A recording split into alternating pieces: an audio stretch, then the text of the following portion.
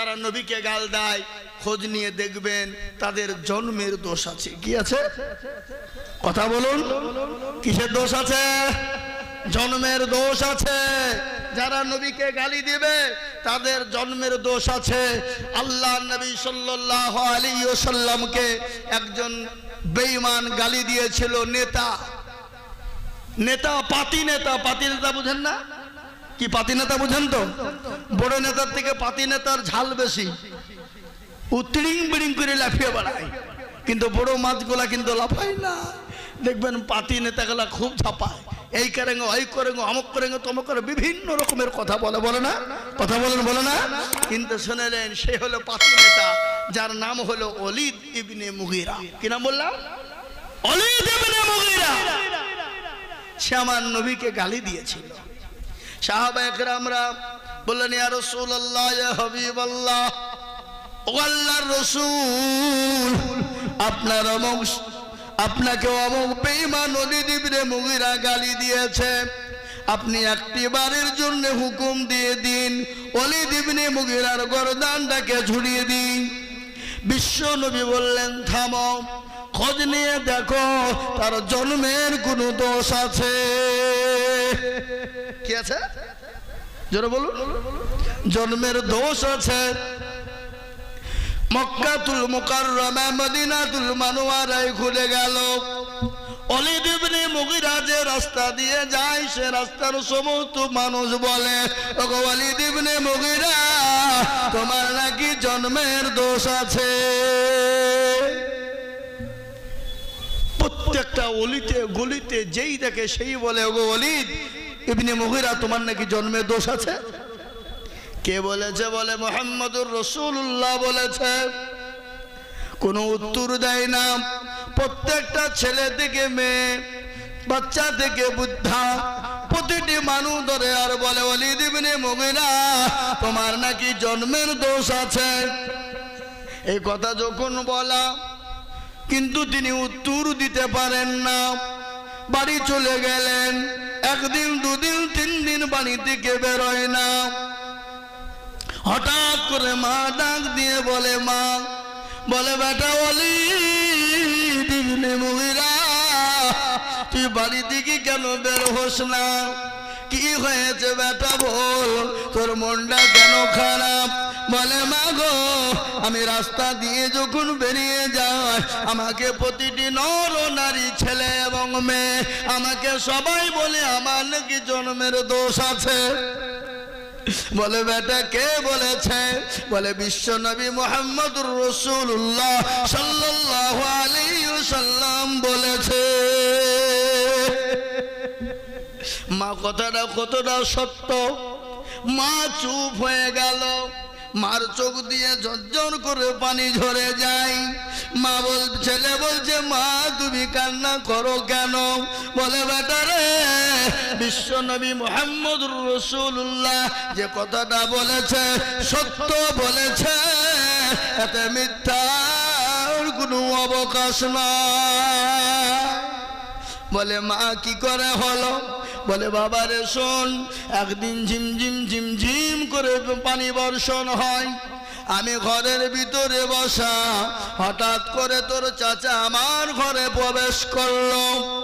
তোর চাচা আমার সঙ্গে জবরদস্তি, আমার সঙ্গে জোর জবরদস্তি মিলন করেছিল, আর ওই মিলনের কারণে তুই জন্ম নিয়েছিস। ওলীদ ইবনে মুগীরা বলল, বিশ্ব নবী মুহাম্মদুর রাসূলুল্লাহ কথা যেটা বলেছে সত্য বলেছে। ও মুসলমানেরা, যে নবীকে গালি দেয়, নবীর ওয়ারিস আলেম উলামাকে গালি দেয়, জানতে হবে তার জন্মের কোনো দোষ আছে। বুঝতে পারলেন কথা না? কি বললাম? আলেম উলামারা হলো নবীর ওয়ারিস।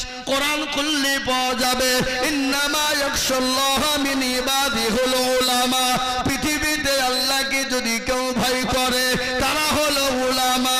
আল উলামা ওয়ারাসাতুল আম্বিয়া। আল্লাহর নবী বলে গেলেন, আমি চলে গেলাম, আমার ওয়ারিস হিসাবে রেখে গেলাম আলেম উলামাদেরকে। খবরদার আলেম উলামাদেরকেও গালি দিও না। আলেম উলামাদেরকে গালি দেওয়া মানে খবর নিয়ে দেখবেন তার জন্মের কোনো দোষ আছে। বুঝতে পারলেন আমার কথাটা কি বললো?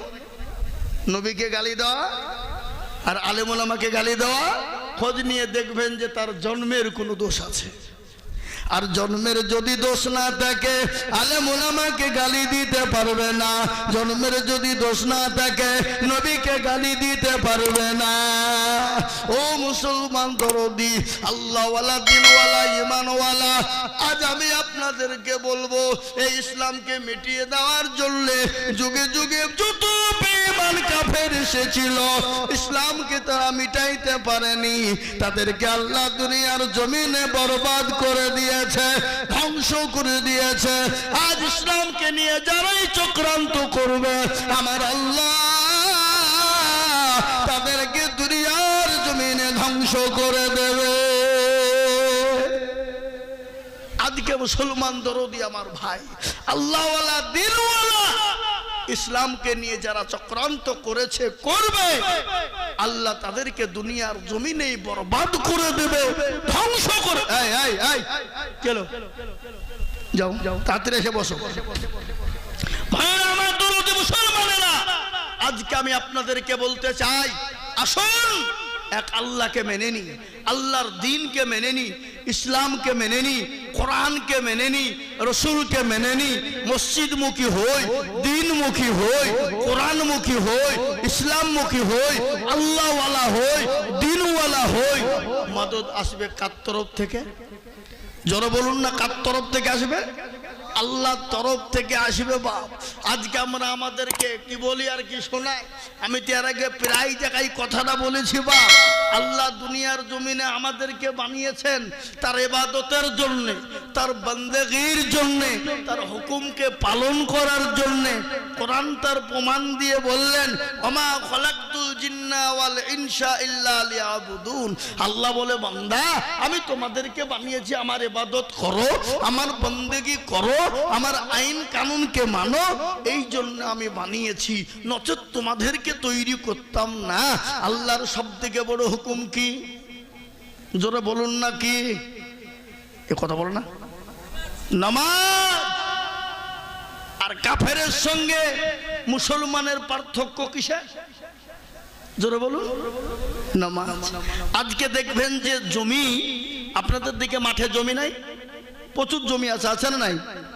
দেখবেন যে জমির কোনো পর্চা নাই, দলিল নাই, দলিল বিহীন, রেকর্ড নাই, ও জমিগুলোকে কি জমি বলে?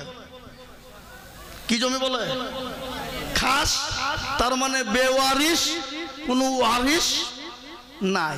তো যারা নামাজ পড়ে না, আল্লাহকে চিনে না, রসুলকে মানে না, তারা হলো বেওয়ারিশ, তাদের কোনো ওয়ারিশ থাকতে পারে না।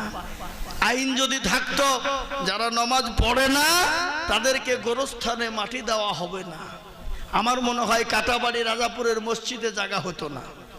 যদি বলা হতো যারা নামাজ পড়ে না তাদের জানাজা পড়ানো হবে না, আমার মনে হয় কাটাবাড়ি রাজাপুরের মসজিদগুলানে জায়গা হতো না। যারা নামাজ পড়ে না তাদেরকে বাপের কোনো সম্পত্তির ভাগ দেওয়া যাবে না। হ্যাঁ, তারা তো বেওয়ারিশ, আমার মনে হয় মসজিদ গুলানে জায়গা হতো না। যারা নামাজ পড়ে না তাদের বিয়ে শাদী দেওয়া হবে না। জি, তাহলে মনে হয় আমার মসজিদ, মনে হয় আল্লাহর ঘর, মসজিদে জায়গা হতো না। যারা নামাজ পড়ে না তারা ওই বেওয়ারিশ জমির মতো, যেমন জমি খাস, যারা নামাজ পড়ে না তারা হলো খাস। কি বুঝলেন? ওরা ওয়ারিশ না, ওয়ারিশবিহীন। বুঝতে পারলেন? কিন্তু আল্লাহ রাব্বুল আলামিন আমাদেরকে বানিয়েছেন নামাজ পড়ার জন্য। কেন? আমাদেরকে এই দুনিয়া ছেড়ে যেতে হবে না, হবে না? না আমরা মনে করছি যে এটাই শেষ জিন্দেগি, মনে হয় আর মরতে আমাদেরকে হবে না, এটাই শেষ। কিন্তু না বাবা, দুটো জায়গা, একটার নাম হলো ইহকাল আর আরেকটার নাম কি? জোরে বলুন, পরকাল।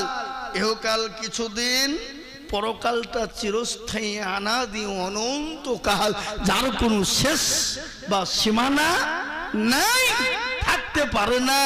ও মুসলমান দরদি, আজকে শুনলেন দুনিয়ার জমিনে আল্লাহকে ভুলে গিয়ে, আল্লাহর দিনকে ভুলে গিয়ে, নামাজ ছেড়ে দিয়ে আজকে যাদের জন্য দিল্লি, বোম্বাই, গুজরাট খেটে বেড়াও, যাদের জন্য কেরালা, মহারাষ্ট্র, দিল্লি খেটে বেড়াও, আল্লাহর হুকুম মানতে পারো না। ও মুসলমান, কিয়ামতের দিন এমন একটা দিন হবে, এমন একটা জায়গা হবে, সূর্য মাথার উপর নেমে আসবে, মগজ গালা টকবাও টকবাও করে গলতে থাকবে। সেই দিন মুসলমান আপনাকে কেউ চিনতে পারবে না। আপনার ছেলে, আপনার মেয়ে, আপনার ভাই, আপনার বোন, আপনার বাপ, আপনার মা, আপনার বন্ধু, আপনার দোস্ত আপনাকে কিয়ামতের দিন চিনতে পারবে না। আল্লাহ যখন বলবে বান্দারে যাও যাও যাও, জাহান্নামে চলে যাও, আল্লাহকে বলবে মাবুদ গো, আমাকে জাহান্নামে তুমি দিবে না। বলে কেন দিব না? বলে দুনিয়া জমিনে যাদের জন্য এত পেরেশান, রাতকে রাত মনে করিনি, দিনকে দিন মনে করিনি, মাবুদ মাওলা রব্বুল আলামিন, আমি কালকে তাদের কাছে একটা নেকি জন্য চলে যায়। বিবির কাছে যাবে, বিবি চিনতে পারবে না, মেয়ের কাছে যাবে, মেয়ে চিনতে পারবে না, মায়ের কাছে যাবে, ভাই চিনতে পারবে না। কোরআন বলে দিলেন, ইয়াউমা ইয়াফিরুল মারউ বিল আখি ওয়া উম্মিহি ওয়া আবিহি ওয়া সাহিবাতিহি ওয়া বানি। কোরআন 30 পারার ভিতরে আল্লাহ সুন্দর করে দিয়ে বললেন, কিয়ামতের দিন এত বড় কঠিন হবে, এত বড় ভয়ঙ্কর হবে, যেদিন আপনাকে কেউ একটা নেকি দিয়ে সাহায্য করবে না। ও মুসলমান, সেদিন তো প্রতিটি মানুষ পেরেশান হয়ে যাবে। সেই দিন বলবে আমার কি হবে, আমার কি হবে। উপর দিকে প্রতিটি মানুষ উলঙ্গ হয়ে উঠতে শুরু করবে। হযরতে মায়েশা সিদ্দিকা রাদিয়াল্লাহু তাআলা আনহা বলেন, নবী গো, কিয়ামতের দিনটা নাকি বড় ভয়ঙ্কর হবে, বড় ভয়ানক হবে গো নবী। বলে আয়েশা, সেই দিনটা বড় কঠিন হয়ে যাবে। বলে নবী গো, সেই দিন প্রতিটি মানুষ নাকি উলঙ্গা হয়ে উঠতে থাকবে। বলে আয়েশা, সেই দিন প্রতিটি নর নারী, প্রতিটি মানুষ উলঙ্গা হয়ে উঠবে। মা আয়েশা বললেন, ওগো নবীজি, আমরা আপনার বিবি আয়েশা, আমরা পর্যন্ত কেউ উলঙ্গা হয়ে উঠব। নবী বলেন, আয়েশা রে, সেই দিন তোমরা পর্যন্ত উলঙ্গা হয়ে উঠবে। বলে নবী গো, আমরা তো বড় লজ্জিত হয়ে যাব গো নবী। নবী বললেন, আয়েশা ভালো করে শুনে নাও, কান করে শুনে নাও, সেই দিনটা এত কঠিন হবে, সেই দিন কেউ কাউরির দিকে চেয়ে দেখবে না, সেই দিন কেউ কাউকে মেনে নিবে না। সেই দিন বাঁচার জন্য আরশের ছায়া নিতে হলে দুনিয়ার জমিনে আল্লাহর দিনকে মেনে নিতে হবে। আরশের ছায়া যদি লাভ করতে চাও, দুনিয়ার জমিনে আল্লাহর কোরআনকে জীবনে ফিট করতে হবে। কোরআন, আমরা আজকে কোরআনটাও পড়া জানি না, কোরআন পড়া তো নিজেও জানি না, ছেলে মেয়েদেরকে কোরআন শেখার জন্য আমরা আগিয়ে দিতে পারি না। নামাজ পড়ি না। আজকে আমাদের দেশের লোক নামাজ পড়ে নাকি? কতক্ষণ নামাজ পড়ে? নামাজই পড়ে না। 100-র মধ্যে 98% লোক নামাজ পড়ে না। কপারসেন্ট পড়ে রে বাবা? কপারসেন্ট পড়ে 2%, তাই না? 2%-এর ভিতরে 1% লোকের কোন রকম নামাজ হয়, কোন রকম টাইটুই করে চলে, ভাঙা গাড়ির মতো। কি বুঝলেন ও মুসলমান? আর 1% লোকের নামাজ কিন্তু হয় না। যদি বলে কেন, বলে সে আত্মাকে এত জানে তো দুরূদ শরীফ জানে না, দুরূদ শরীফ জানে তো দোয়া কুনুত জানে না। অনেক লোক আছে দোয়া কুনুত কি সেটাও বুঝে না, ঠিক কি না? কথা কন না কেন? দোয়া কুনুত কোনটা সেটাই বুঝে না। অনেক লোক আছে দোয়া সানা জানে না, অনেক লোক আছে দোয়া মাসুরা জানে না। ও মুসলমান, আমার দেশের একটা মানুষ ছিল, তার বয়স 127 বছর, বাবা মারা গেছে। আল্লাহ তাকে জান্নাতবাসী করুক। আমরা তখন তালিব ইলম, ছোট ছেলে ছোট মানুষ আমরা, কিন্তু সে সময় আমাদের মসজিদে যাওয়ার কিন্তু খুব জোর ছিল। মানে তালিব ইলমদের ভিতরে একটু হিংসে ছিল। হ্যাঁ, নামাজ পড়তে যেতাম খুব, মানে গ্রামের লোকের জন্য আমাদেরকে বলে হ্যাঁ তালিব ইলম, বুঝলেন না? সবাই ভালো বুঝবে। নামাজ পড়তে যেতে আমার কিন্তু খচ্চরও কম লাই। তালিব ইলমরা একটু বেশিরভাগ একটু খচ্চর হয়। আর কিন্তু খচ্চরের যতই খচ্চর হোক তালিব ইলমরা, এ গুনাহ কিন্তু তালিব ইলমদের মাফ করবেন কে? জোরে বলুন। বিশ্বনবী বলে গেছেন, যে রাস্তা দিয়ে তালিব ইলমরা হেঁটে যায়, ভালো করে শুনেন, যে রাস্তা দিয়ে তালিব ইলমরা হেঁটে যায়, যে রাস্তা দিয়ে মাদ্রাসার ছাত্ররা হেঁটে যায়, আল্লাহ রহমতের ফেরেশতা তাদের জন্য পর বিছিয়ে দেয়। সুবহানাল্লাহ বলুন। জি ও মুসলমান, তাদের রাস্তা দিয়ে, যে রাস্তা দিয়ে আপনার শয়তান পর্যন্ত তালিব ইলমদেরকে ভয় করে শয়তান, শয়তানরা তালিব ইলমের কাছে ভিড়তে চায় না। এক গাধা বুরাক সেজে এসেছে, গাধা বুঝেন তো, বুরাক সেজে এসেছে, বুঝে চলো তোমাকে নবীর দেশে নিয়ে যাব স্বপ্নের মাধ্যমে, বুঝলেন না? তো তালিব ইলম 3 জন, কিন্তু গাধার পিঠে উঠবে 2 জন, কিন্তু আর একটা জায়গা নাই। তো ওই বুরাক বলছে 2 জনের জায়গা আছে, আর একজনের জায়গা হবে না, তুমি থাকো। তালিব ইলমেরও তো বুদ্ধি কম নাই, বলে গাধা দাঁড়া, 3 জনের জায়গা আমি করছি, একটু দাঁড়া। সোজা মাদ্রাসার ভিতরে ঢুকে গেছে। ঢুকিয়ে যে বাপ এরকম মোটা আখিরাওয়ালা বাস কানলি হেঁচে দেখছে কোনো জায়গায় বাধা নাই, কোন দিক দিয়ে ঢুকাবে দেখছে পেছন ফাঁকা, পেছন দিয়ে ভরি দিয়েছে।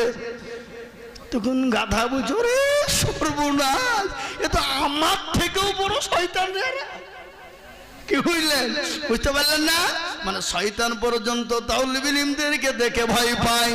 কিন্তু মুসলমান, তালিব ইলম যতই গুনাহ করো, যতই আপনার গুনাহ করু, যতই খারাপি অন্যায় করুক রে বাবা, একবার যদি নিঃশ্বাস করা করে বলে আল্লাহ, কোরআন কানকে সামনে নিয়ে আল্লাহ বলে ও তালিব তোদের পেছনের সমস্ত গুনাহ আমি মাফ করে দিলাম। আর আজকাল কিছু কিছু লোক আছে, ইও নতুন নামাজি, কি বুঝলে? নতুন নামাজি বুঝেন তো? হ্যাঁ, মাদ্রাসায় নামাজ পড়তে গেছে, তালিব ইলম পেছনে মারামারি করছে, হুই হুই, ওকে ঘুষি, একে ঘুষি, দে ঘুষি। ও রাজাপুরের লোক বাজার কাটা বাড়িতে এসে বলছে, দেখো ওখানে মাদ্রাসায় নমাজ পড়তে গেল, আর নমাজ পড়তে গিয়ে দেখছে তালিব ইলমরে হুই হাই, ওকে ঘুষি ওকে ঘুষি, একই নমাজ গো। কিন্তু বাবজি দেখলো না, ও মালটা কারেন্ট মাল, টাটকা মাল, ও তো নমাজের কিছুই জানে না, তুমিও যাও তাই। কি বুঝলেন? বুঝতে পারলেন না? মুসলমান দরদি আমার ভাইরা, আল্লাহ ওয়ালা দিন ওয়ালা ঈমান ওয়ালারা, ও মুসলমান কান করে শুনে না, আজকে আমাদের সমাজে নামাজ পড়া জানে না। 1% লোকের নামাজ কোন রকম টাইটুই করে চলে, আর 1% লোকের কিন্তু নামাজ হয় না। বলে হুজুর আপনি কি করে জানলেন, কি করে বুঝলেন? আমি জানি চাচা 20 বছর ধরে নামাজ পড়ে, দাড়ি পেকে গেছে, চুল পেকে গেছে, একটা দাঁতও নাই, 20 বছর ধরে নামাজ পড়ে। বলে চাচা গো একটু বলুন তো আত্মাঘাতটা দুরূদ শরীফটা বলুন। বলে দোয়া কুনুতটা বলুন। এমন করে দোয়া কুনুত, এমন করে দোয়া মাসুরা পড়ে রে বাবা, মনে হচ্ছে রেলগাড়ি ফেল। জানে না এরকম লোক আমাদের সমাজে আছে না? জোরে বলুন। এরা কোনোদিন শিখে না, এরা শিখার চেষ্টাও করে না। ইমাম সাহেবের কাছে বসে না, বলে হুজুর গো আপনি তো আমাদের ইমাম, একটু কোরআনটা ঠিক করে দেন, নামাজ ঠিক করে দেন, আত্তাহিয়াতু ঠিক করে দেন, সূরা ফাতিহাটা ঠিক করে দেন, দোয়া কুনুতটা ঠিক করে দেন। নাই, শিখার চেষ্টাও করে না এবং শিখতেও চাই না। ও মুসলমান দরদি, শিখেও না, শিখার চেষ্টাও করে না। কেন? শিখতে যদি যাই ইমামের কাছে মাথা নত হবে, হবে না? কথা বলেন। ইমামের কাছে মাথা নত হবে, আর ইমামের কাছে যদি মাথা নত হয়ে যায় ইমামের উপরে আঙ্গুল তুলে কথা বলা যাবে না। কেন? ইমামের কাছে শিখেছে বলে ইমাম যদি বুঝে ফেলে ভুল নামাজ পড়ার বেলায় নাই, কোরআন ঠিক নাই, আর তুমি মৌলবীর ভুল ধরো, এই লজ্জা থেকে শিখতেও যায় না। কেন? শিখতে গেলে ছোট হতে হবে। আর আমাদের দেশের মসজিদ গুলানে ইমাম সাহেবরা এরাও কিন্তু কোনো মুসল্লিদেরকে বসতে বলে না, কোনোদিন বলে না। বলে? কথা বলেন। বলে আপনারা বসেন, একটু নামাজটা ঠিক করে দিই, কোরআনটা ঠিক করে দিই, সূরাগুলো ঠিক করে দিই, জীবনেও বলে না। কেন বলে না? ইমাম সাহেব বলছে 4000 টাকা বেতন দিচ্ছে, তবে তোমাকে নামাজ শেখাইতে হবে? তোমাদের ভাগ্য ভালো, আমরা ওযু করিয়ে নামাজ পড়াই। বেশি কায়দা করলে বিনা ওযুতে নামাজ চালিয়ে দেবো, সালাতুন নামাজ হলি বাকি না হলি বাকি। বুঝতে পারলেন না কথা? বিনা ওযু ইমামের বেতন কত? 4000, 5000। ও আবার সেক্রেটারি, সভাপতি, ক্যাশিয়ার বলছে আরে 5000 মানে বিশাল কিছু, আবার কত দেবে? হারাম কর সেক্রেটারি, হারাম কর সভাপতি, হারাম কর ক্যাশিয়ার, তোর বাড়িতে সংসার চালাতে গেলে কত লাগে? আর একজন ইমাম 5 ওয়াক্ত নামাজ পড়ে, আজান দেয়, মসজিদ পরিষ্কার করে, 5000 বেতনে তার সংসার চলে। কাল কিয়ামতের দিন ওই সেক্রেটারি, সভাপতি, ক্যাশিয়ারকে আল্লাহর আসামির কাঠ গড়ায় দাঁড় হতে হবে। আর অধিকাংশ মসজিদের সেক্রেটারি কারা? সভাপতি কারা? ক্যাশিয়ার কারা? মসজিদের দরজা চিনে না যারা, শুক্রবারের দিন যাই মুরলি করার লেগে। কি কথা বলেন, ঠিক না? ঠিক।